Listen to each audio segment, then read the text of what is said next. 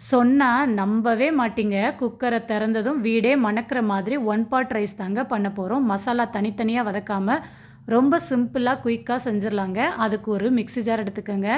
அதில 1 டீஸ்பூன் சோம்பு, 2 துண்டு பட்டை, 1 பச்சை மிளகாய், 5 சின்ன வெங்காயம், 1 பெரிய வெங்காயம், 1/4 கப்பு தேங்காய், 1 டீஸ்பூன் இஞ்சி பூண்டு பேஸ்ட்டு, 4 தக்காளிய ரஃப்பா கட் பண்ணி சேர்த்துக்கங்க. 1/4 டீஸ்பூன் மஞ்சள் தூள், 1 டேபிள் ஸ்பூன் தனி மிளகாய் தூள், 1 டேபிள் ஸ்பூன் மல்லித்தூள், 1/2 டேபிள் ஸ்பூன் கரம் மசாலா சேர்த்து தண்ணி சேர்க்காம அரைச்சி வச்சுக்கோங்க. குக்கரில் எண்ணெய் சேர்த்து புதினா கொத்தமல்லி சேர்த்து வதக்கிடுங்க. இப்போ அரைச்ச மசாலா சேர்த்து பச்சை வாசனை போக வதக்கிட்டு, 1/2 கப் அளவுக்கு ஃப்ரெஷ்ஷான பச்சை பட்டாணி உப்பு சேர்த்து நல்லா வதக்கி விட்டுட்டு 2 டம்ளர் சாப்பாட்டு அரிசி 1/2 மணி நேரம் ஊற வச்சு சேர்த்து நல்லா கலந்து விட்டுருங்க. இப்போ 5 டம்ளர் தண்ணி சேர்த்து குக்கரை மூடி ஹை ஃப்ளேமில் ஒரு 4 விசில் போட்டு எடுத்துக்கங்க. குக்கரை திறந்ததும் வீடே மணக்குங்க. குட்டீஸ்க்கு கண்டிப்பாக இந்த ரைஸ் பிடிக்கும். இனிமேல் அடிக்கடி இந்த ரைஸ் வேணும்னு கேட்பாங்க. அவ்வளோ டேஸ்டியாக இருக்கும். மிஸ் பண்ணாமல் ட்ரை பண்ணுங்கள். பாய்.